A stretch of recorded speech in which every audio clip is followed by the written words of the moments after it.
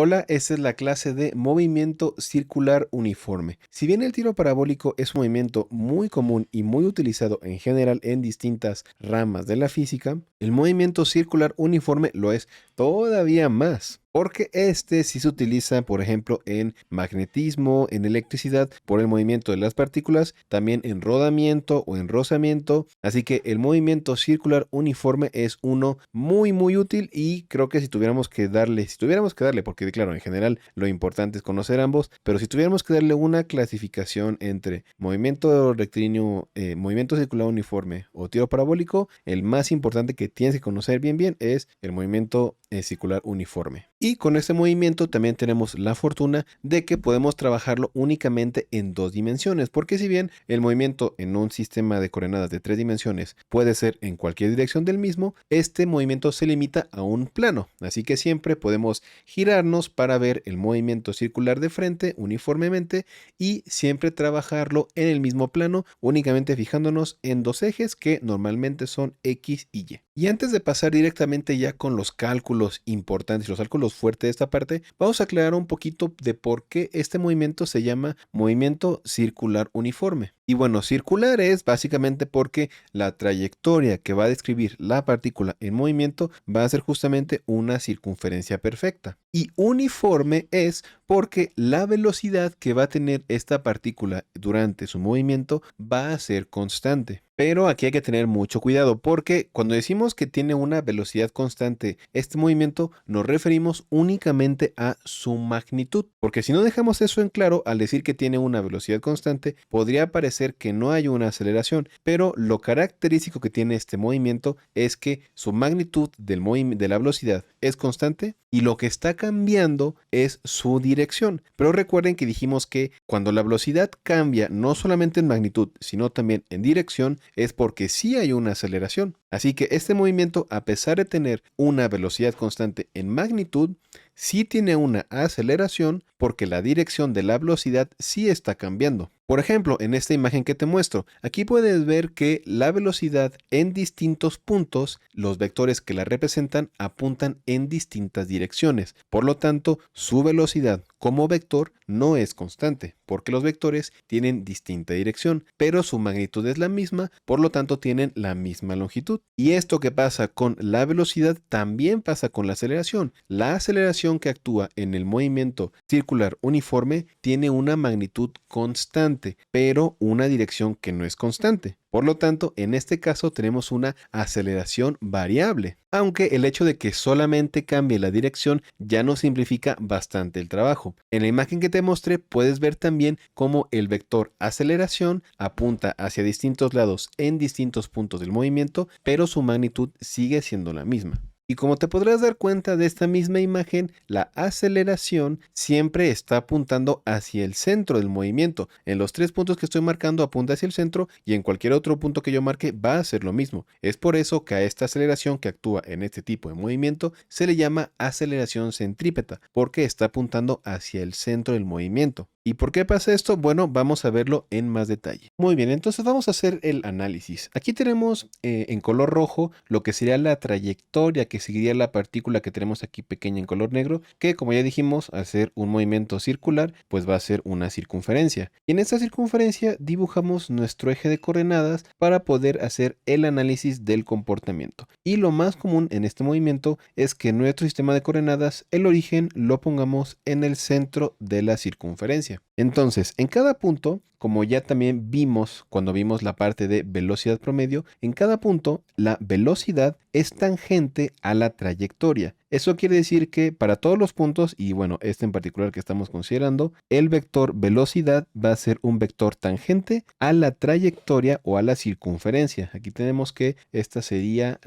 el vector velocidad de la partícula, siendo tangente. Ahora vamos a considerar cualquier punto. Digo, ahorita estamos considerando este, pero esto es en general, esto podría ser cualquier otro punto y el tratamiento que vamos a hacer sería el mismo. Nosotros tenemos que desde el origen hasta ese punto en el cual estamos haciendo el análisis, tenemos que se forma un cierto ángulo teta, ¿sí? En todo momento podemos medir el ángulo sobre la horizontal en el cual está esa partícula. De hecho, podemos decir que básicamente este vector que tenemos en color azul que está apuntando hacia la partícula, pues sería como el vector posición que tenemos en nuestro sistema de coordenadas, ¿no? Por lo tanto, nosotros podríamos encontrar las componentes de las coordenadas de este punto y llamarle, por ejemplo, x de p del punto P, este es el punto P, y aquí tendríamos y de P. Simplemente son las coordenadas en x y en y, en la cual se encuentra el punto que estamos analizando. Ahora, lo que queremos hacer aquí es descomponer el vector B en sus coordenadas para analizarlo de igual forma para la componente x y la componente en y. Para eso lo que vamos a hacer es, ahora en el punto de la partícula que es de donde nosotros podemos ver hacia dónde está apuntando el vector B, vamos a dibujar un pequeño sistema extra de coordenadas para poder encontrar sus componentes en X y en Y. Ahora aquí mucha atención porque puede ser un poco fácil que te pierdas. Fíjate. Lo que queremos aquí, ya que dijimos que vamos a dibujar como este pequeño mini sistema de coordenadas que básicamente son un eje paralelo al eje X, que es este, y un eje paralelo al eje Y, que es el que tenemos aquí. Esto solamente es para que sea más fácil saber cuál sería el ángulo del vector B respecto a estos ejes y poder encontrar sus componentes. Ahora, para eso vamos a ver si podemos encontrar si este ángulo teta, que es el ángulo al cual se encuentra el punto P, está relacionado con el ángulo que forma este vector B. Y fíjate, primero vamos a ver esto. Estas dos líneas que te voy a marcar ahorita, únicamente te voy a marcar esta línea de aquí y esta línea de aquí, que son como los dos ejes horizontales, esta de aquí, son paralelos. Al ser paralelos, quiere decir que podemos utilizar aquí algo que, bueno, aquí realmente el nombre varía un poco, no sé cómo se lo enseñan a cada quien, pero tal vez a algunos les suene algo llamado la regla de la Z, o simplemente que si tenemos dos rectas paralelas, que son la que dijimos aquí en color verde, y esta, los dos ejes X, el X largo. Entonces de aquí vamos a aplicar las distintas relaciones que podemos encontrar entre ángulos sobre rectas paralelas y una recta que las atraviese, que es la que tenemos aquí en color azul. Básicamente lo que tenemos es que este ángulo teta tiene que ser igual a este ángulo teta que tenemos acá, porque los dos ejes horizontales son paralelos, por lo tanto se cumple esa regla. Y si este ángulo vale teta, de aquí mismo podemos encontrar cuál de estos dos ángulos que forma el vector B con los ejes también tendría que valer teta. Fíjate, primero, el hecho de que el vector B sea tangente a la circunferencia me obliga, o la característica que tiene más bien, es que el ángulo que se forma entre la recta azul, el vector R, y el vector B es de 90 grados. Por lo tanto, este ángulo que aquí voy a marcar con color negro, este ángulo de aquí, gamma, es complementario de teta, es decir, gamma más 90 son 90 grados. Pero aparte, los dos ejes que puse en color verde también son perpendiculares, por lo tanto también forman un ángulo de 90 grados. ¿Y eso qué significa? Que este ángulo que tengo aquí tiene que ser complementario también al ángulo alfa, perdón, al ángulo gamma. ¿Y cuándo tiene que valer? Pues ya sabemos que gamma más teta es 90, por lo tanto gamma más que media 90, pues más teta. Así que aquí la relación que tenemos es que este ángulo teta, que es el ángulo al cual está el ángulo P, sería igual a este ángulo de aquí arriba que forma el vector velocidad con el eje Y. Y esto va a ser muy útil porque ahora podemos encontrar las componentes del vector B. Sabemos que el vector B sería igual a, primero, para el eje X tenemos que sería B seno de teta, porque seno recuerden que es el cateto opuesto, pero con signo negativo porque está apuntando hacia la dirección de menos X, hacia X negativo. Por lo tanto, el vector B sería menos B seno del ángulo en la dirección Y, más en el eje Y sería B coseno del ángulo, porque el coseno de teta me da el vector adyacente por el ángulo J, perdón, por la componente J. Ahora, si te habías preguntado, pero yo para qué hice esto de encontrar el ángulo teta, cuánto valía acá y eso, bueno, es porque normalmente, eso te lo digo como un consejo, casi siempre que tengamos muchos ángulos de 90 grados, como en este caso al dibujar los ejes y que el hecho de que el vector B y R sean perpendiculares también, normalmente esto implica que varios ángulos se repiten. Por esto, este ángulo teta se repite acá como el ángulo teta. Y eso es útil porque ahora el seno de teta lo podemos escribir en términos de las componentes del vector posición. Porque por un lado, el seno de teta me relaciona las componentes del vector velocidad, pero también me relaciona las componentes del vector r. Por otro lado, si yo ahora me fijo en el teta, pero de esta parte de aquí abajo, lo que yo tengo es que el seno de teta es cateto opuesto, es decir, YP, entre hipotenusa, que sería la magnitud del vector r, que sería el radio de la circunferencia r. Lo mismo pasa para el coseno. Coseno de teta sería x del punto P entre r. Y con eso tendríamos que el vector velocidad, ya de forma más general todavía, sería menos la velocidad por la posición y de P entre r en la dirección y más la velocidad x de P entre r en la dirección j. ¿Y de qué nos sirve tener así de forma explícita cuánto vale la velocidad en términos de magnitudes que nosotros conocemos? R es una magnitud constante, es el radio de movimiento, x, yp y y de P son las magnitudes y la velocidad ya dijimos que es un valor constante también. Bueno, si tenemos la velocidad, ahora lo que podemos encontrar es la aceleración. Únicamente tenemos que derivar. Recuerda que la aceleración se define como la derivada de la velocidad respecto al tiempo. Entonces, si derivamos esto, tendríamos que esto sería igual a menos b entre r, estas magnitudes son constantes, por la derivada de y del punto P respecto al tiempo, esto en la dirección y, más b entre r, porque son constantes, recuerda, por la derivada de la posición x de P respecto al tiempo en la dirección j. Pero espérate, ¿qué no la derivada de la posición y respecto al tiempo no sería otra cosa que la velocidad en la componente y? Y lo mismo pasaría para la derivada de la posición x respecto al tiempo. Esto no sería más que la velocidad, pero en la componente x. Así que con esto lo que tendríamos es que la aceleración sería igual a menos la velocidad entre r, aquí la velocidad es como el vector velocidad, por la componente en y, en la dirección y, más velocidad entre r por bx, es decir, la velocidad, pero en el eje X, en la dirección J. Pero de aquí arriba, que fue justamente lo primero que hicimos, ya sabemos que la velocidad en X y la velocidad en Y la podemos escribir en términos de la magnitud de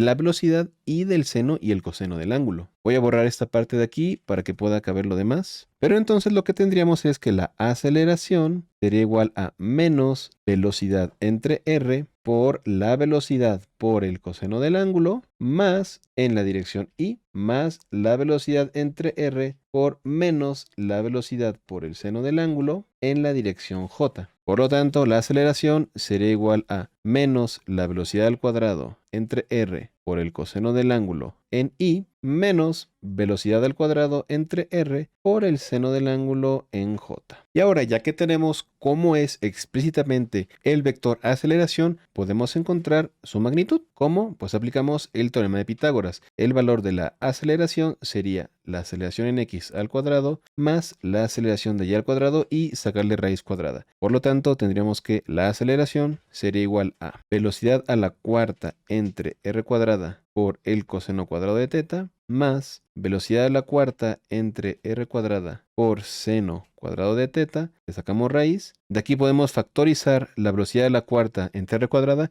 y también sacarle raíz cuadrada, por lo que tendríamos que la aceleración sería igual a velocidad al cuadrado entre r por la raíz de seno cuadrado de teta más coseno cuadrado de teta. Y resulta que esto es una relación trigonométrica que me da 1. Por lo tanto, mi resultado final es que la aceleración es igual a la velocidad al cuadrado entre el radio de movimiento. Esto que tenemos aquí es la fórmula fundamental y la más importante del movimiento circular uniforme, porque tenemos la relación entre la aceleración, que es un valor constante en magnitud, la velocidad, que también es un valor constante en magnitud, y el radio, que también es un valor constante, porque la circunferencia tiene un radio constante. Así que ahí lo tenemos. Tal vez te preguntes por qué en el proceso no desde un inicio, cuando yo tenía la velocidad como velocidad, seno del ángulo, en i y eso, ¿por qué no simplemente directamente derivé desde ahí? Y bueno, eso es porque el ángulo no es constante. O sea, nosotros lo que tratamos de hacer